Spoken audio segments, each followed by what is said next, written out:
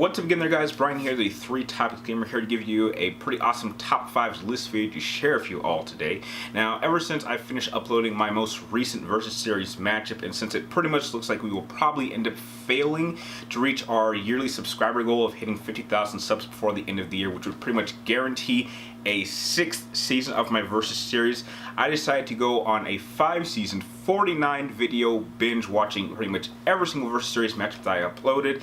And for this particular video, I decided to pick out the top 5 worst matchups that I did. Now, before I get into my list, if you haven't already, I would really appreciate if you give this video a thumbs up, as well as be sure to press that subscribe button to help grow the channel, help spread the word. And before I get into my list, I would just like to let you guys know that for this particular video only, I have disabled the comment section just because I'm pretty sure I could guess which matchups people probably did not like the most due to the comments or, you know, the thumbs and thumbs down response. So let's just cut that out. However, I will be sure to do a follow-up video to this video in which I would love to hear you guys' comments and thoughts. So without wasting any more time, let's jump right into the lowest of the worst, as I start off with the number 5 ranked worst Versus Series matchup that I ever did, and that was... Number 5 on my worst list has to go to the very first matchup I ever did, going all the way back to Season 1, and that is Cypher versus Sephiroth. Now, looking back on this matchup, I think my biggest problem with this matchup is it is completely outrageous. Over the years, I do remember a series of comments of people kind of telling me how ridiculous this match is, and me pretty much stating that this really, to its core, is a demo matchup. At this time, my analytical skills weren't that great, my editing skills weren't that great. As some people who might actually go back and see this video, the audio quality wasn't great. There's a lot of problems with this video, but I think the biggest problem with this video is at that time I had a need to try to make matchups more compelling than they actually were, and so there's a little bit of manipulation in this video that I'm not ashamed to say that I did in fact do. Realistically, if I were to do this video now, it would be a complete and utter stomp. I think my understanding of Sephiroth as a character has definitely changed since then, and my biggest argument for this matchup as for why it played out the way it did is simply the assumption that, you know, because Sephiroth is more of a swords fighter than a magic user, that he would openly refuse to use magic. What I did not count at the time was the fact that, well, Sephiroth is a very, very busy man. So if he were to meet someone who he believed was not worthy of his time, I think he would actively use magic and just blow Cypher away. And so this fight would not play out the way it did, in which I kind of made it seem as though it would be a pretty close matchup. This matchup would literally end in the first few seconds with maybe Sephiroth sensing that Cypher is just not a skilled enough swordsman, and they would just blow him away with a magical spell, and that would be the end of it. So really my biggest issue that I have with this matchup is simply that a lack of understanding, a lack of quality, and just the amount of manipulation. I think the better matchups that I've done are the ones where I come out honest and I don't seem to have an agenda. But this one, I was still trying to get my footing, and I just felt that maybe if I, you know, made it, you know, change a few things, maybe make things seem a little bit better than they actually are, maybe more people would come to might enjoy it. And you know, surprisingly, this did end up being a rather successful video, even though it was based on pretty much a one-sided fight. So because of those reasons, that's why I placed it number 5 on this list. Number 4 on my list goes to one of my recent matchups for Season 5, and that just so happens to be my last Mass Effect matchup, Javik versus Jaal. This is without question the worst of my Mass Effect matchups that I did this year, and I think what I don't like about it is, outside of the piss-poor performance of its views, which surprisingly this to date is the worst performing Versus Series matchups I've ever done.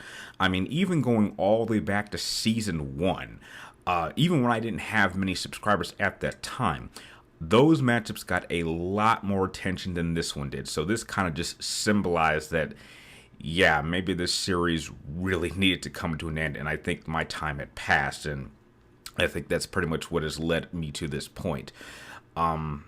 Also, when it comes to characters, these two are really characters that even in their individual games, I really did not care much about. I'm not a fan of Javik or Joel. I think out of any characters amongst either one of these games, I didn't really use these characters the most, and so I would say openly, my heart just wasn't really into this matchup. It was really a throwaway matchup. It was a trash bin matchup because the first two matchups involved characters I genuinely did care about, but needing to desperately come up with just a random third matchup, I simply just put this one together at the last minute, and it's very, very short. It's not very, very detailed. I think that the breakdown of the matchup is fine, and I do stand by the final decision. It's just that up until this point, every single matchup I had done, especially when you look at seasons 1 to 4, each one of those matchups was not a throwaway one. Each one had a purpose, and this one simply just had no reason to really exist. It was really, to its core, a throwaway matchup, and perhaps maybe some of you guys could see that because that's what led to it being probably the worst performing matchups I have ever done. So maybe people could sense that in me. I mean, you could definitely tell in my tone in the video, like I'm just not very interested in this matchup or its breakdown. So that's kind of what really gives it its spot as the number 4 worst matchup I've ever done. Number 3 on my list is probably going to shock a lot of people, and that is because number 3 just so happens to be Cole McGrath and Delson, which to this day remains the most successful matchup that I have ever done, with well over 400,000 views, which is simply insane. Now, the reason I despise this video is not because of the video itself. It's not the outcome or the analytics or the breakdown. The reason I despise this video probably more than any other video that I've ever made, not just Versus Series wise, but channel wise, is because the editing for this video was an absolute disaster. Now, let me explain exactly how at that time I made these matchups. Now, for these particular games, I did not have a sense of pre-planning. So, using my Elgato at the time that I was using to record footage, basically how I got the clips that I used for this video is I basically played through the game, and I basically was making the video as the script was going. So I was basically putting tracks in front of a moving train. And if there was a certain clip that I needed that I had already passed because I was always saving over my data, I would have to restart the game in order to play through the game again to get that clip, even though it would be later on in the video. Now imagine doing that for 3 different games over the period of 2 months. Basically what ended up happening is I had to replay these games like at least 15 times each, because several times I would get to a part in the script which I needed to get a clip that had happened earlier on than I was at the point that I was playing the actual game. I was replaying these games as I was making this script and I was editing. So this happened a lot, and at the time I had a very, very time restricting job, and so I didn't have as much time as I would have liked. So this took a long time. To this day, it remains the most time restraining video I'd ever done. And I promised myself that as soon as I was done, believe it or not, I've actually broken the sacred rule of YouTube that states that you never upload something that you yourself would not watch. I don't know how the hell this video has 400,000 views because I have never watched it. Even though at the beginning of this video, I said that I went on a 49 video binge. This is the one matchup I decided to skip. So technically it was 48 videos. And I don't know how people enjoyed this one because there's been a lot of discussion even to this day of people arguing this matchup. It is the most popular matchup that I've ever done. It is the most successful matchup I've ever done.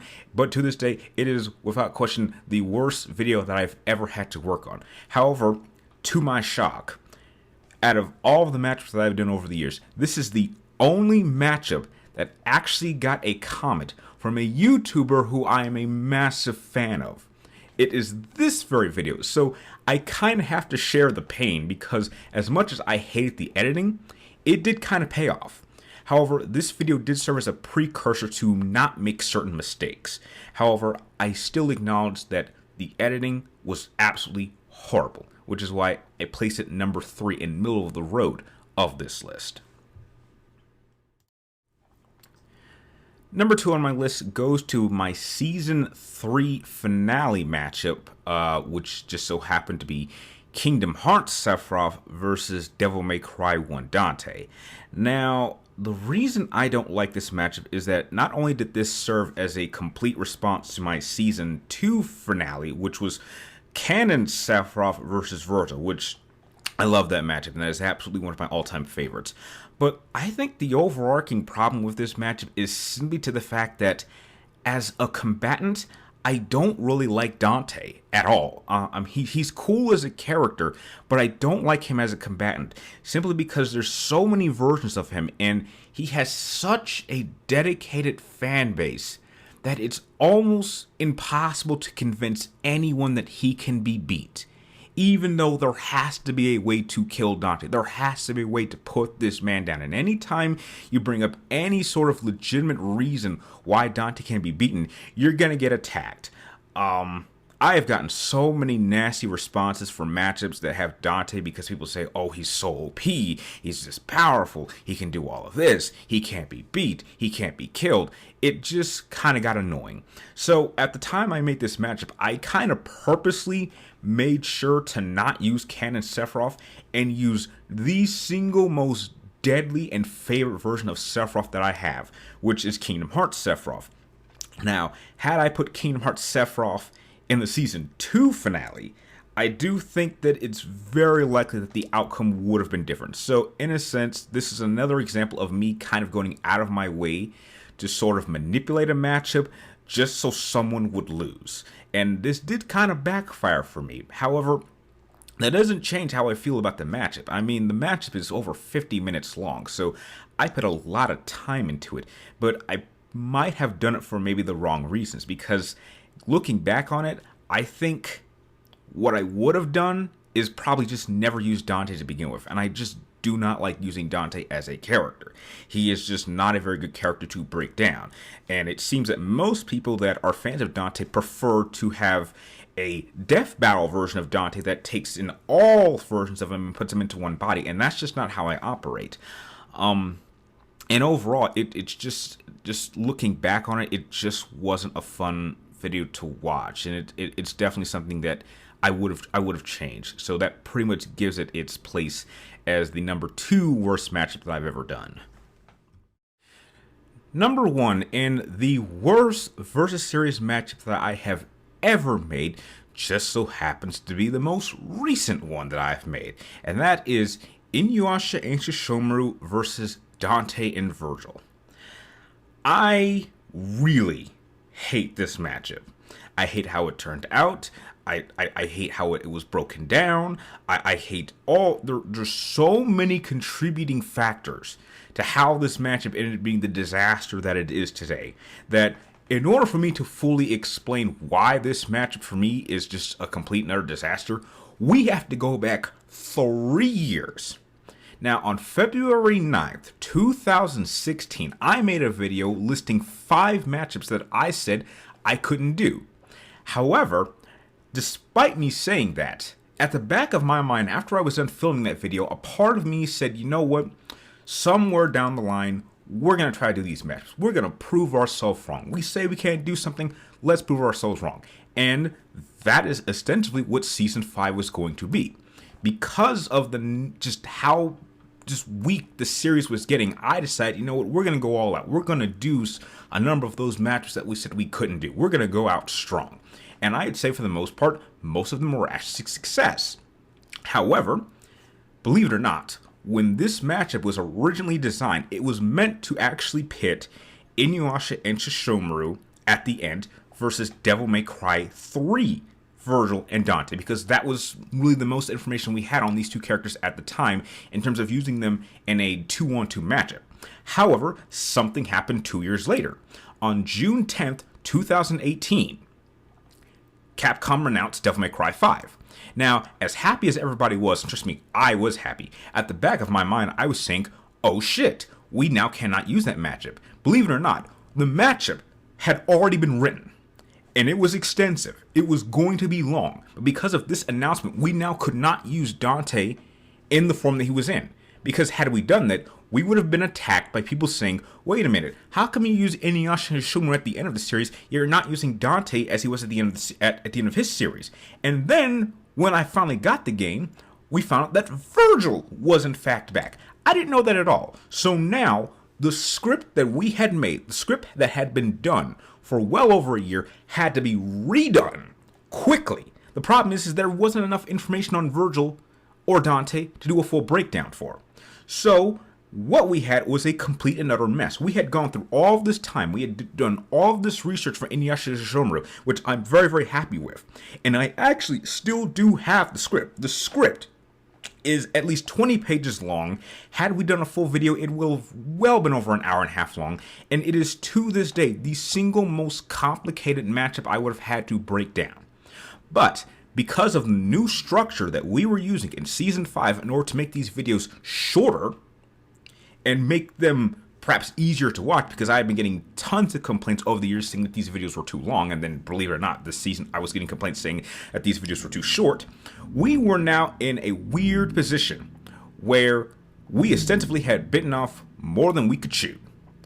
And so, as a last resort, I had actually offered to do another matchup that I said was impossible, which was going to be the Leon versus Chris Resident Evil matchup. And I stated, I even put up the poll, I was saying, listen, I'm a little bit I'm a little bit unsure about using this 2-on-2 matchup. I'm a little bit unsure about it.